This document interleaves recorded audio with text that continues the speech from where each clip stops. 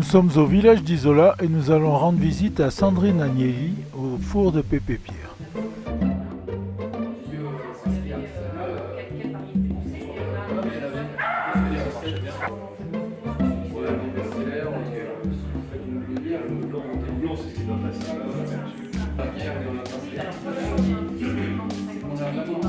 Sandrine, donc ici on est dans le four de Pépé Pierre qu'on a bien connu, alors dis-nous un peu. C'est ça, le four de Pépé Pierre, vous l'avez connu récemment, enfin ces dernières années, quand pendant 10 ans, Maxime et une équipe de bénévoles le rallumaient à l'occasion de la fête des châtaignes, pour vendre, confectionner, vendre du pain, des pistes saladières, des tartes aux pommes, avec tout le bénéfice donc pour des œuvres caritatives. Avant, il était utilisé par mon père, mon grand-père, Pépé Pierre et Joseph, parce qu'ils étaient les boulangers du village. Et donc nous avons hérité de ce four, et comme nous nous sommes installés définitivement à Isola, la nouvelle vie pour Freddy, mon compagnon, c'est de faire de la bière. Et donc on s'est installé initialement ici, tant que l'espace le permet. Et on va donc commencer à tester des recettes pour fabriquer une bière, la bière d'Isola, voilà, bière locale, artisanale. Donc ici, on a fait une petite exposition pour rappeler l'esprit de la boulangerie, donc avec l'ouverture du four pour la fête des châtaignes. Donc on peut retrouver le pétrin qui date de 150 ans, le four qui a la capacité de 300 pains, qui mettait une semaine à chauffer à l'occasion de la fête des châtaignes. Et on a gardé vraiment l'authenticité en y rajoutant des petites touches de brasserie. Et pendant ces 2 jours, 14 et 15 août, on saisit l'occasion qu'il y ait du monde au village pour pouvoir présenter le projet de brasserie, pouvoir comprendre les ingrédients d'une bière, les étapes de fabrication d'une bière, et ce qui nous motive à créer cette brasserie. Alors c'est un projet participatif ? Oui, alors participatif, plusieurs raisons. Enfin, bon, déjà, on souhaitait que tout le monde puisse bénéficier.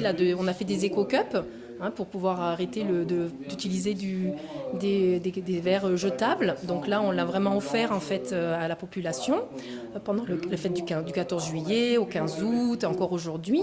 Ensuite, on va faire une campagne de crowdfunding, donc c'est du financement participatif qui se fera sur Internet, où on peut précommander en fait des packs de bière, ce qui nous permet à nous de rentrer de l'argent pour financer. Et aussi, comme on s'intéresse à planter du houblon, à cultiver du houblon, qui est un ingrédient important de la bière en fait, on voudrait proposer que tout le monde puisse aussi planter, cultiver du houblon dans son jardin, et que ce soit le houblon de la brasserie d'Isola. Voilà. Donc après, quand on aura récolté les cônes, si vous récoltez les cônes dans vos jardins, vous venez, on les pèse en fonction, on voit en échange de bière, etc. Donc on le veut participatif comme ça. Et même pour le nom, parce qu'Isola bière, Isola.beer, c'est le concept, on va dire. Le point .beer remplace le point .com. Mais le nom de la bière, on a des idées, mais on est aussi ouvert à ce que les gens participent sur un nom, qu'on puisse faire valider tous ensemble, également sur quel type de bière vous préférez. Donc on sait qu'on va partir sur une bière à la châtaigne et une bière avec du miel d'Isola. Voilà. Pour le reste, je demande à ton compagnon. C'est ça. Lui, il est en train d'expliquer vraiment en profondeur le fonctionnement, etc. Parce que c'est lui qui maîtrise vraiment cette partie-là, quoi. Je te remercie. Merci.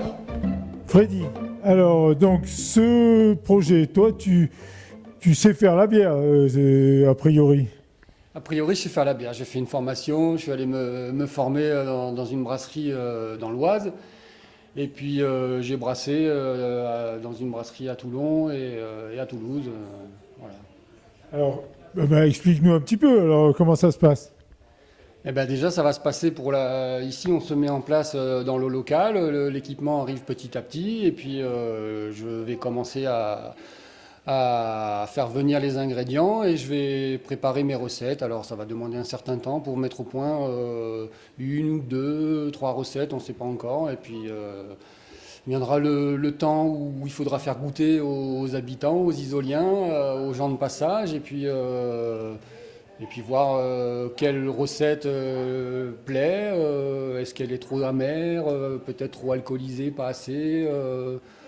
J'aime bien des bières un peu plus sucrées, voire fruitées, fruits rouges, je sais pas. On va travailler un peu aussi avec les habitants et leur faire découvrir le monde de la brasserie artisanale.